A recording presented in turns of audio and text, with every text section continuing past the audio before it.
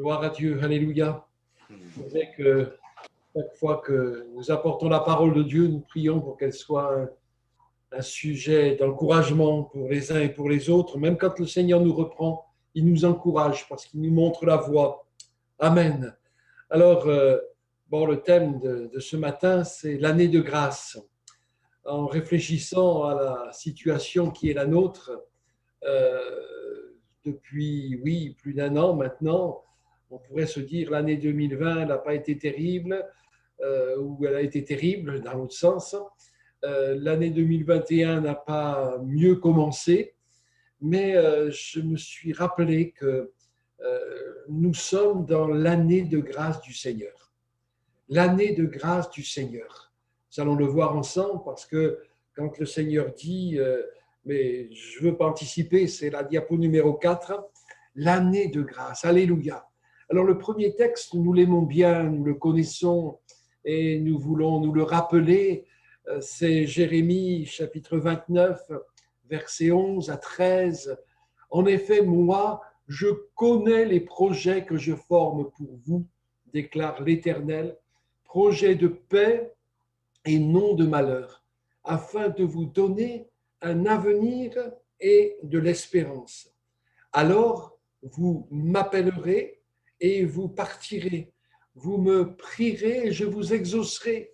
Vous me chercherez et vous me trouverez parce que vous me cherchez de tout votre cœur. J'aime bien cette version parce qu'il y en a une autre qui dit « si vous me cherchez de tout votre cœur ». Mais là, si nous sommes là, c'est parce que nous cherchons le Seigneur de tout notre cœur.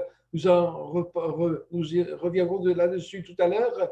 Et ce qui vient d'être dit par le Saint-Esprit, ça correspond. C'est notre cœur qui a besoin de se mettre dans l'affaire tout entier. Vous me chercherez, vous me trouverez parce que vous me cherchez de tout votre cœur. Alors voilà aussi dans Luc chapitre 4, verset 19, c'est ce qui a provoqué notre titre, proclamer une année de grâce. Le Seigneur est venu pour plein de choses et pour proclamer une année de grâce. Donc là, j'ai mis un couple, mais même si on est seul, ou si on est une famille avec 10 enfants, c'est la même chose. Le Seigneur ne fait pas de favoritisme. Il nous aime tous de la même manière. Et nous voudrions redire à nos cœurs que le Seigneur a proclamé une année de grâce. Alors l'année de grâce que Jésus a proclamée, elle a commencé quand il l'a proclamée et elle est toujours ouverte. On n'est pas arrivé à la fin de l'année. Nous avons notre calendrier, nous avons nos agendas, nous avons nos montres. C'est vrai que le temps, ce n'est pas évident, mais il y a des moments où je dis, mais ça fait déjà 2 heures que je suis levé, mais où elles sont passées? J'ai l'impression de ne rien avoir eu le temps de faire, mais l'année de grâce, elle est là de la part du Seigneur. Bien sûr, si nous considérons seulement ce qui se passe autour de nous, si nous considérons seulement ce qui se passe même dans nos vies, les épreuves, les situations difficiles, on pourrait se dire, mais où elle est la grâce? Où elle est? Mais elle est toujours là. Le Seigneur n'a pas abandonné la partie, il n'a pas abandonné l'affaire. Ce qu'il a proclamé, il l'accomplit, il le fait. Et nous savons bien que même s'il y a des nuages, eh bien le soleil continue de briller au-dessus des nuages. Et croyons que notre soleil de justice continue de briller. Amen. Alors, dans ce texte, il est question de chercher et de trouver. De chercher et de trouver. Alors, c'est particulier, ça implique certaines actions. D'abord, je voudrais vous parler des promesses de Dieu. Quand il parle de ses promesses, quand il nous donne des promesses, il y en a plein dans la parole de Dieu. On pourrait les lister, on pourrait les relever, on pourrait les compter. Il y en a plein de promesses de Dieu.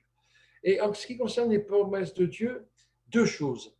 D'abord, y croire, vraiment croire que ce que Dieu nous dit dans sa parole, c'est vrai et qu'il l'accomplit. Le Seigneur n'a pas oublié ses promesses et puis il est capable de les accomplir. Ça, il faut vraiment que que nous nous en souvenions, que nous le redisions à notre cœur.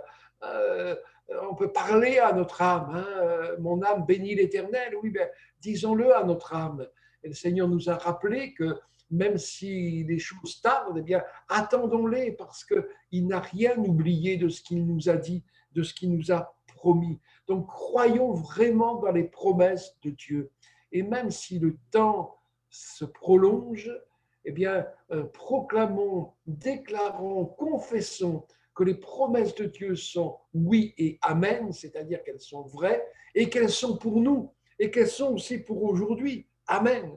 Et puis la deuxième chose, c'est tout faire pour qu'elles s'accomplissent. Vous allez me dire, attention Gérald, qu'est-ce que tu racontes là? Parce que ce que Dieu a dit, il l'accomplit. Donc, comment faire moi quelque chose pour qu'elle s'accomplisse? Eh bien justement, j'ai besoin d'y croire et j'ai besoin de me mettre, vous m'avez souvent entendu donner cette image, s'il pleut sur un champ et qu'il ne pleuve pas sur l'autre, si je veux être arrosé, il faut que je me mette sur le champ où il pleuve, où il pleut. Et le Seigneur nous dit, comme je pense à cette parole, hein, résistez au diable, il fuira loin de vous, mais d'abord, soumettez-vous donc à Dieu. C'est-à-dire que si je me place sur le terrain de Dieu, si je me place sur le terrain de sa parole, si je me place sur le terrain où lui veut me conduire, alors je verrai ses promesses s'accomplir dans ma vie. Je peux, oui, ne pas y croire, je peux les rejeter, je peux dire c'est autre chose qu'il me faut, mais si je me mets vraiment sur son terrain, alors je vais vraiment les voir s'accomplir. Et c'est pour cela que je parle de tout faire pour qu'elles s'accomplissent. Et puis, dans cette notion de chercher, de trouver, il y a le sérieux que le Seigneur demande de notre part. Et le sérieux même que la logique nous indique, nous demande. Le Seigneur dit de tout votre cœur.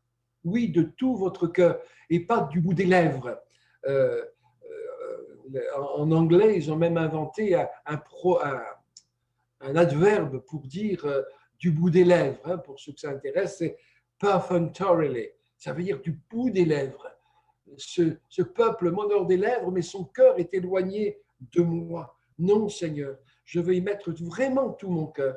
Peut-être que mon cœur a été blessé, peut-être que mon cœur a été déçu, peut-être que mon cœur a été piétiné par les circonstances, par les autres, par plein de choses. Mais je veux, Seigneur, ce cœur qui t'appartient, je veux le mettre tout entier dans l'affaire. De tout mon cœur, je veux te chercher. Et je sais que tu me le dis, si je te cherche de tout mon cœur, alors je vais te trouver. Alors bien sûr, chercher, ça implique de la persévérance. Évidemment, si à la moindre déception, à la moindre contrariété, à la moindre difficulté, à la moindre blessure, au moindre brisement, eh bien, je dis, mais ce n'est pas la peine. Eh bien, ça ne va rien apporter. Mais si nous persévérons, ce n'est pas une notion actuelle, ce n'est pas une notion moderne, la persévérance, parce qu'il faut tout de suite. Mais je crois qu'avec la situation sanitaire, on apprend la persévérance aussi, on apprend la patience. Ça demande un certain effort. Aujourd'hui, c'est vrai que tout est fait pour éviter les efforts. Bon, la technologie, les appareils ménagers, etc., on fait tout pour qu'on n'ait plus d'efforts à faire. Mais on a besoin de faire des efforts. D'abord parce que quand on ne fait plus d'efforts physiques, par exemple, nos muscles s'atrophient. Et quand on ne fait plus d'efforts pour combattre le bon combat, quand on ne fait plus d'efforts dans le domaine spirituel, eh bien, notre foi peut s'atrophier aussi, notre force peut s'atrophier. Et puis, ça implique parfois du renoncement, c'est vrai, ça implique parfois du renoncement. Mais qu'est-ce qu'il vaut mieux renoncer à certaines choses et puis arriver à la victoire, à la découverte du Seigneur, ou bien s'accrocher coûte que coûte à certaines choses qui font partie de notre vie et puis ne jamais parvenir à voir la gloire de Dieu dans notre vie. Vous connaissez le texte de Matthieu, chapitre 6, verset 33, où Jésus dit « Cherchez premièrement le royaume de Dieu et sa justice.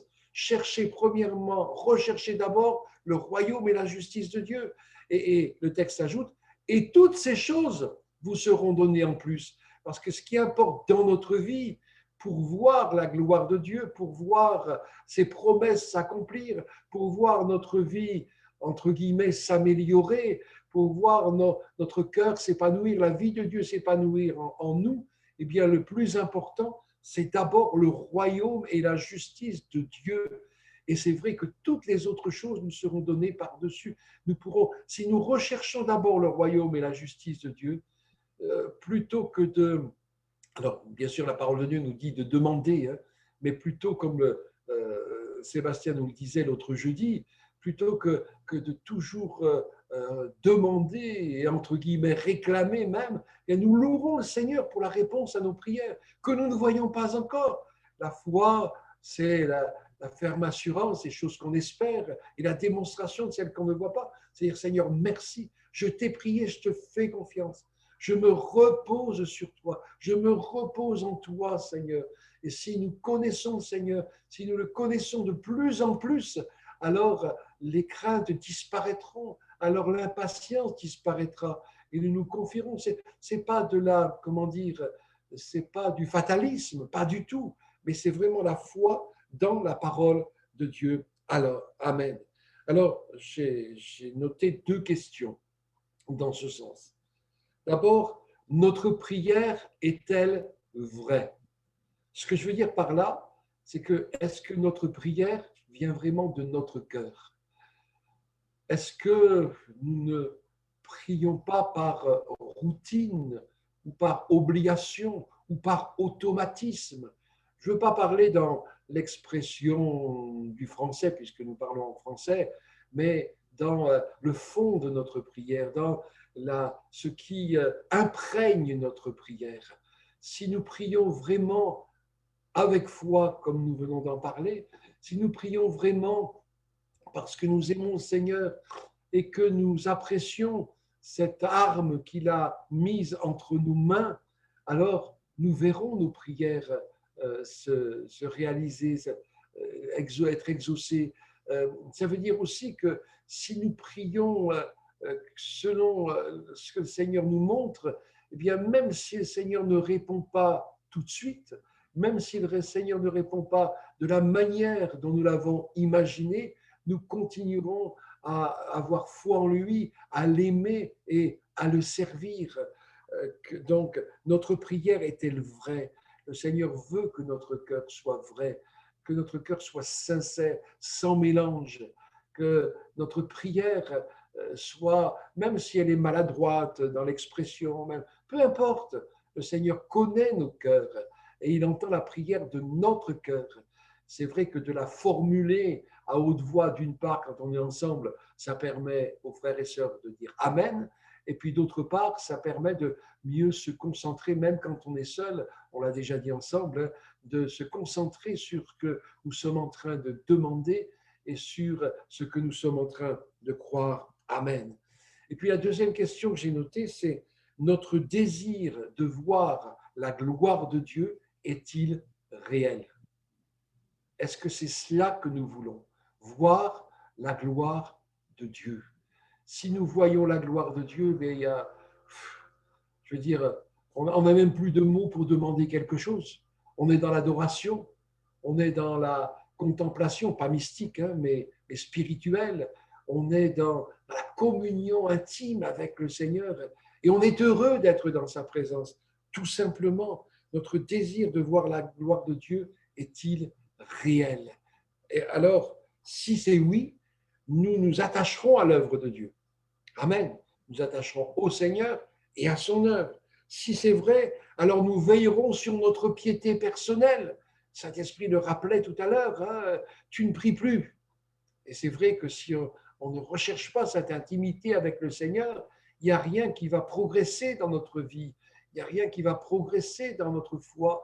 Il n'y a rien qui va progresser dans notre relation avec le Seigneur. Donc veillons sur notre piété, qu'elle soit régulière, qu'elle soit quotidienne. Et comme le dit parfois Didier, même si avec les activités, je ne peux prendre réellement qu'un quart d'heure pour être dans la présence de Dieu. Bien, aide-moi, Seigneur, à prendre ce quart d'heure et puis dans toute ma journée, dans toutes mes activités, à rester en communion avec toi. Oui, si notre désir de voir la gloire de Dieu est réel, alors je vais veiller sur ma piété personnelle. Alors je vais participer à la vie de l'Église.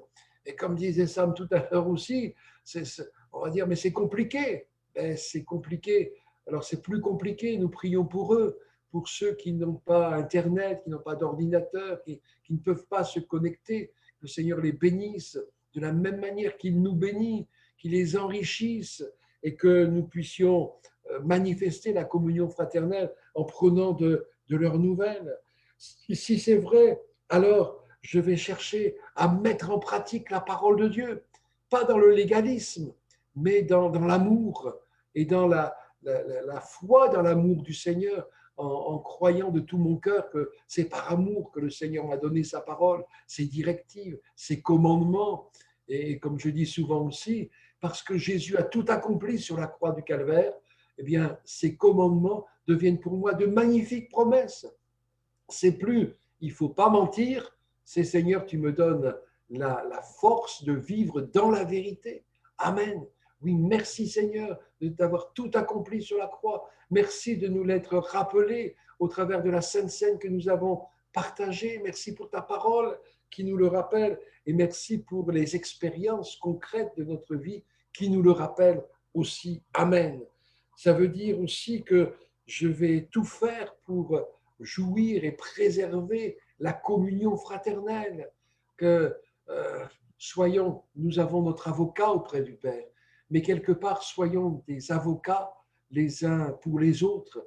C'est-à-dire que quand quelqu'un vient critiquer un frère, une sœur, vient dénoncer un frère, une sœur, peut-être que nous pouvons dire, mais tu ne connais pas toutes les circonstances, tu ne connais pas toutes ses motivations, tu ne sais pas tout ce qui se passe dans son cœur. Alors bien sûr, il y a des choses qui ne sont pas acceptables et il n'est pas question de les accepter, mais faisons tout pour préserver la communion fraternelle, pour qu'elle soit de plus en plus forte et d'autant plus que justement nous ne pouvons pas la vivre physiquement dans un même lieu. Oh, permettre le Seigneur que ça soit vraiment une année de grâce, que cette année 2021. Alors je vais chercher aussi à ne pas être une pierre d'achoppement pour les autres, même si j'y perds. L'apôtre Paul, il était libre à l'égard de plein de choses. Allez, j'espère que je ne vais pas vous choquer, mais j'allais dire, il était libre de manger du boudin.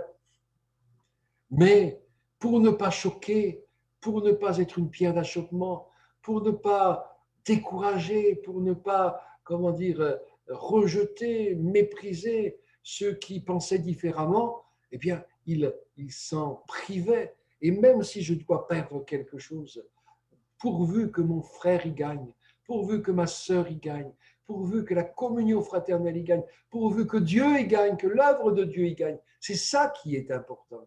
Peu importe, dans l'éternité, il n'y aura plus toutes ces contingences. Et même Paul dit, au point où nous en sommes parvenus, marchons d'un même pas. Nous n'allons pas transiger sur la doctrine biblique, sur ce qui nous unit, sur ce qui fait notre fondement, le fondement de notre foi, mais il y a des choses qui n'ont pas d'importance. Alors Seigneur, même si je dois y perdre quelque chose, que je puisse tout faire pour ne pas être une pierre d'achoppement pour mes frères et mes sœurs. Alors, revenons-en quelque part aux promesses de Dieu. J'en ai noté 3 particulièrement, mais elles sont tellement nombreuses, hein, comme je disais dans ma louange tout à l'heure, merci pour ceci, pour cela, et la liste est tellement longue. Le Seigneur nous a promis de nous délivrer. Alors oui, Seigneur, délivre-nous du coronavirus, bien sûr, mais Seigneur, délivre-moi de moi-même d'abord. Délivre-moi de mon vieil homme. Délivre-moi de ma nature pécheresse.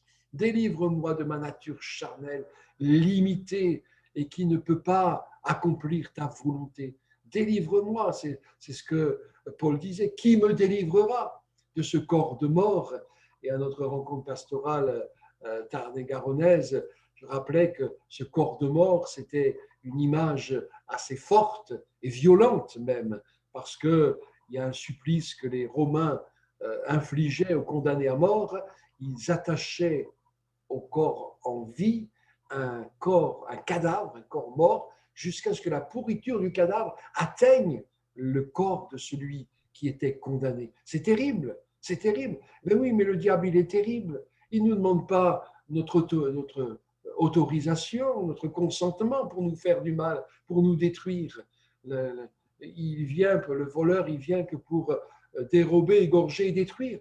Mais le Seigneur est venu pour nous délivrer de cela. Alors Seigneur, délivre-moi de ce qui me sépare de toi. Délivre-moi de ce qui me cache ta face. Non pas que tu ne m'aimes plus, non pas que toi tu dérobes ta face, mais il y a des choses qui me voilent ta face.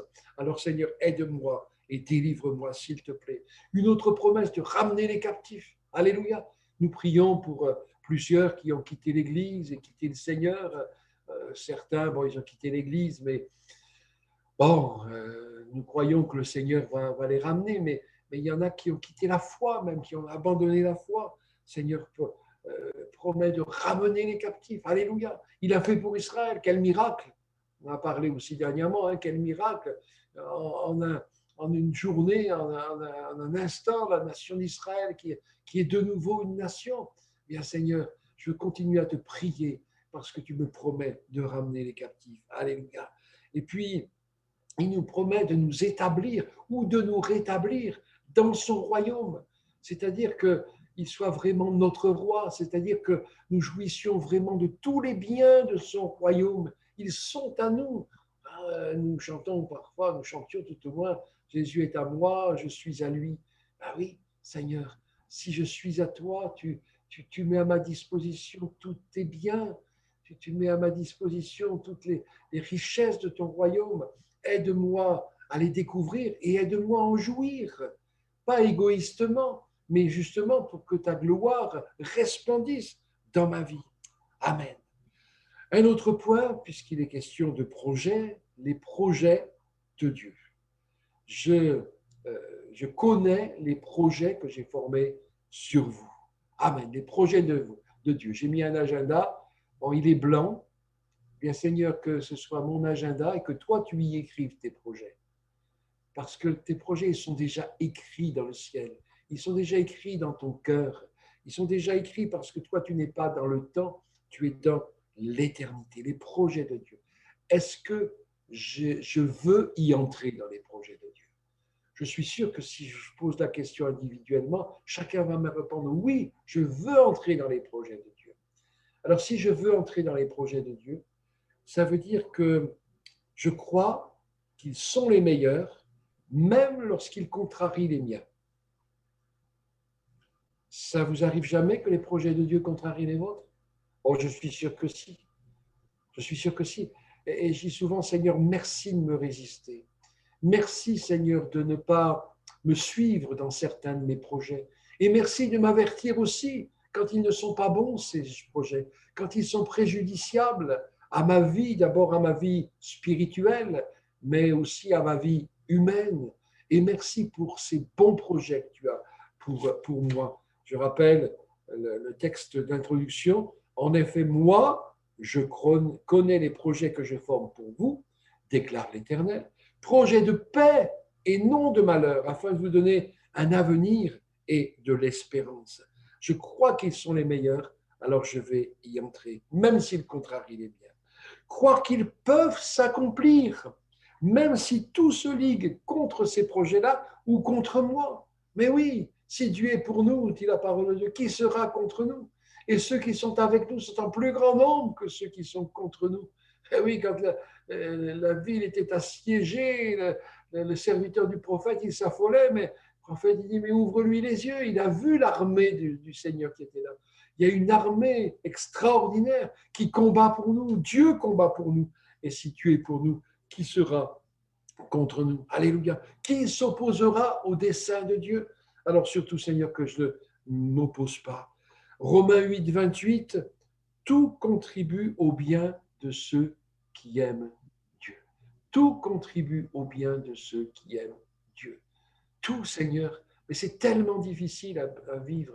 Je sais qu'il y a un frère un jour qui m'a dit, mais ça, je voudrais le retirer de ma Bible parce que ce qui nous arrive actuellement, c'est pas possible que ça contribue à notre bien.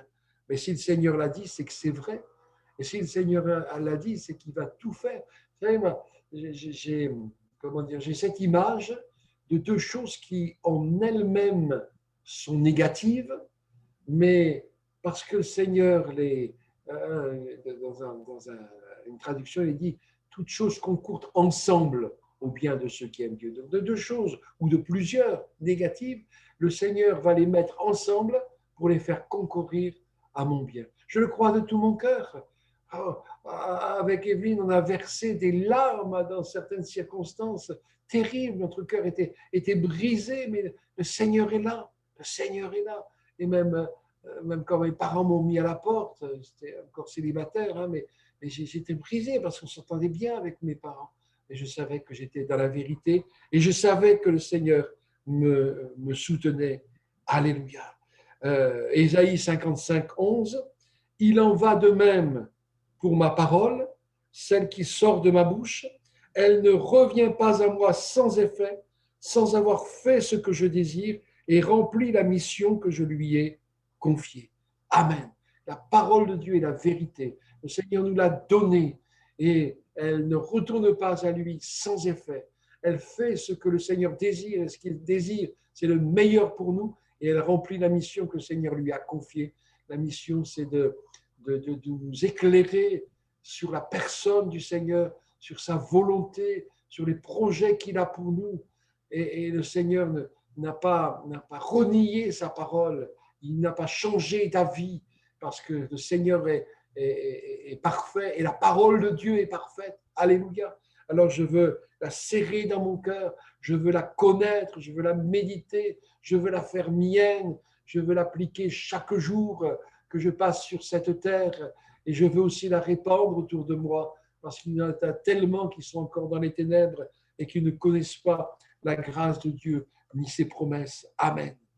Et puis je vais terminer par là, l'avenir, puisqu'il est question d'avenir. L'avenir. Comment est-ce que nous le voyons? Vous savez, nous prions pour que le Seigneur bénisse notre pays, qu'il bénisse notre continent, qu'il bénisse notre monde, et nous avons raison de le faire. Mais si nous rappelons tout ce que dit la parole de Dieu, l'avenir de ce monde n'est pas brillant. Et ce monde ne va pas s'améliorer. La paix sur la terre, actuellement, sauf quand le Seigneur Jésus va revenir, elle ne se trouvera pas. Les hommes ne feront pas la paix entre eux. Au contraire, alors je ne veux pas vous effrayer, vous me connaissez, je suis loin d'être pessimiste, mais je crois ce qui est écrit dans la parole de Dieu. Et l'avenir de ce monde, il est terrible. Il est terrible. Et les choses vont aller en empirant.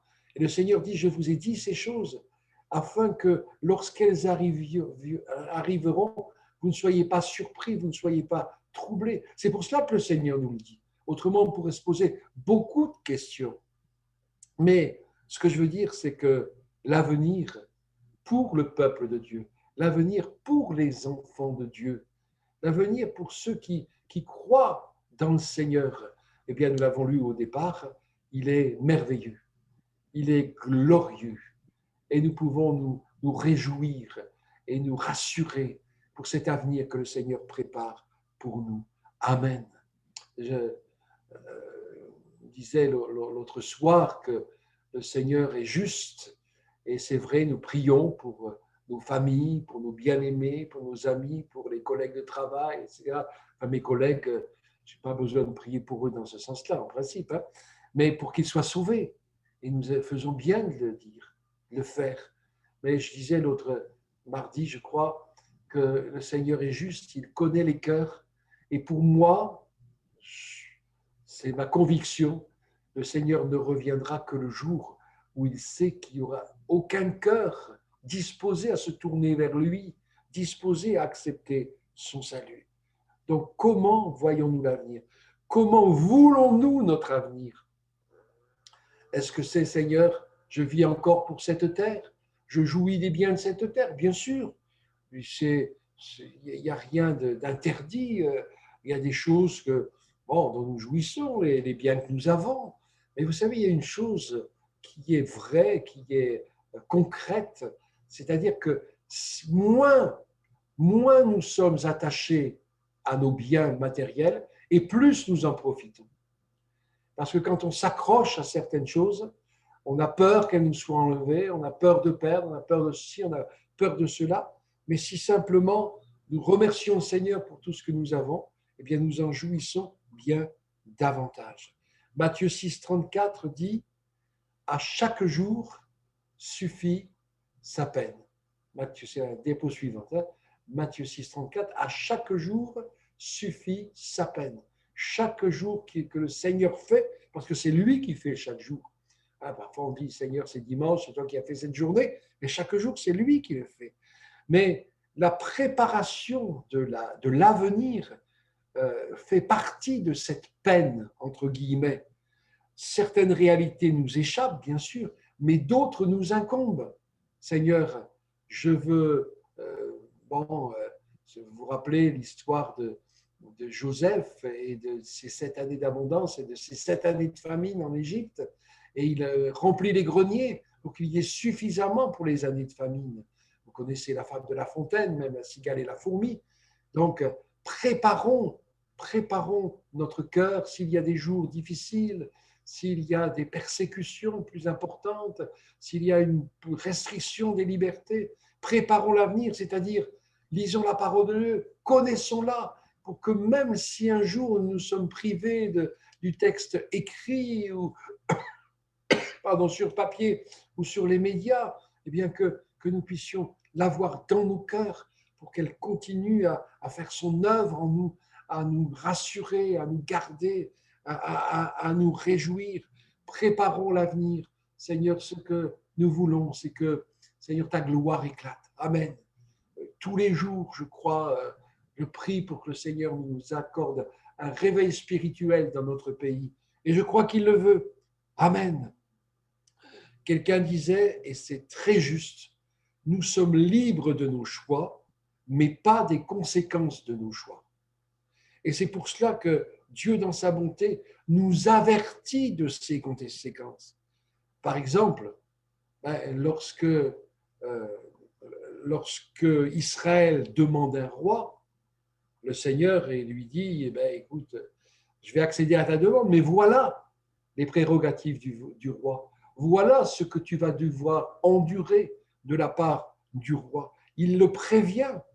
Et là, le Seigneur disait, dans le texte d'origine, d'introduction, si vous me cherchez de tout votre cœur, ils n'ont pas cherché la volonté de Dieu avant de demander un roi. Ils le voulaient, et le Seigneur les a, comme dit Romains chapitre 1, les hommes ont voulu se passer de lui, alors Dieu les a livrés à leur mauvais penchant et ils ont été entraînés dans la mort. Donc, laissons-nous avertir. Nous sommes libres de nos choix, mais pas des conséquences de nos choix. Alors, j'allais dire, choisissons bien, évidemment, pour que ce soit des conséquences bénies, des conséquences positives que nous voyons se produire par rapport à nos choix. Je termine par cette réalité.